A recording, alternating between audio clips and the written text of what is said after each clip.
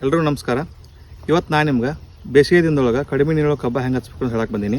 ನಾರ್ಮಲಾಗಿ ನಮ್ಮ ಕಬ್ಬ ನೀರು ಹಚ್ಕೊಂಡು ಹೋಗೋದಾದ್ರೆ ಒಂದು ವರ್ಷಕ್ಕೆ 12 ತಿಂಗಳಿಗೆ 80 ರಿಂದ 90 ಲಕ್ಷ ಲೀಟ್ರ್ ನೀರು ಬೇಕು ನಮ್ಗೆ. ಅದ ಡ್ರಿಪ್ಪಿನ ಮುಖಾಂತರ ನಾವು ಕಬ್ಬ ಹಚ್ಚಿ ಅದನ್ನ ಬೆಳೆಸ್ಕೊಂಡು ಹೋಗೋದಾದ್ರೆ 30 ರಿಂದ 40 ಲಕ್ಷ ಲೀಟ್ರ್ ನೀರು ಒಂದು ವರ್ಷಕ್ಕೆ 12 ತಿಂಗಳಿಗೆ ಬೇಕಾಗ್ತದೆ ನಮಗೆ. ಇವಾಗ ಡ್ರಿಪ್ಪಿನ ಮುಖಾಂತರ ಕಬ್ಬ ಹೆಂಗೆ ಹಚ್ಬೇಕಂದ್ರೆ ಹಚ್ಚು ಹಿಂದಿನ ದಿನ ಸಾಲು ಕೊರ್ದ ಒಣ ಮಣ್ಣು ಡ್ರಿಪ್ ಪೈಪ್ ಹೋಗೋದು. ಡ್ರಿಪ್ಪಿನ ಮುಖಾಂತರನ 30 ನಿಮಿಷ ತನಕ ನಾವು ಒಣ ಮಣ್ಣೊಳಗೆ ನೀರು ಬಿಡ್ಬೇಕಾಕತಿ. 30 ನಿಮಿಷ ನೀರು ಬಿಟ್ಟಾಗ ಒಂದು ಹನಿ ನೀರಾವರಿ ಹೋಲಿಂದ ನಮ್ಗೆ 3 ಲೀಟ್ರ್ ಬೀಳ್ತೈತಿ. ಅಂದ್ರೆ 1.5 ಎಕರೆಗೆ ನಮ್ಗೆ ಸರಿ ಸುಮಾರು 46,000 ಲೀಟ್ರ್ ನೀರು ನಮ್ಗೆ ನೀರು ಬೀಳ್ತೈತಿ. ಕಬ್ಬ ಹಚ್ಚೋದನ್ನ ನಾವೀಗ ಸಾಲೊಳಗೆ ಗಾರಿ ಮಾಡಿ ಕಬ್ಬಿನ ಕಣ್ಣು ತುಳ್ಕೊಂಡ ಅಲ್ಲಿ ಮ್ಯಾಲೆ 1 ತಾಸು ನಾವು ನೀರು ಬಿಡ್ಬೇಕಾಕತಿ. 1 ತಾಸು ನಾವು ನೀರು ಬಿಟ್ಟಾಗ ಒಂದು ಹನಿ ನೀರಾವರಿ ಹೋಲಿಂದ ನಮ್ಗೆ 6 ಲೀಟ್ರ್ ಹೊಳೆ ಬೀಳ್ತೈತಿ.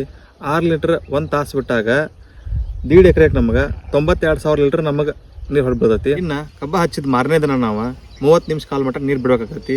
30 ನಿಮಿಷ ಬಿಟ್ಟಾಗ ಮತ್ತು ನಮ್ಗೆ 46,000 ಲೀಟ್ರ್ ಹೊರಬೀಳ್ತೈತಿ. ಅದೇ ರೀತಿ ಮುಂದೆ 3ನೇ ತಿಂಗಳೊಳಗೆ ನಮ್ಗೆ 40 ನಿಮಿಷ ಬಿಡ್ಬೇಕಾಕತಿ. ಮತ್ತು 5ನೇ ತಿಂಗಳೊಳಗೆ 50 ನಿಮಿಷ. ಇದೇ ರೀತಿ 4 ರಿಂದ 5ನೇ ತಿಂಗಳು ಬಂದಾಗ ನಮ್ಗೆ 2 ರಿಂದ 3 ತಾಸು ನಮ್ಗೆ ನೀರು ಬಿಡ್ಬೇಕಾಕತಿ.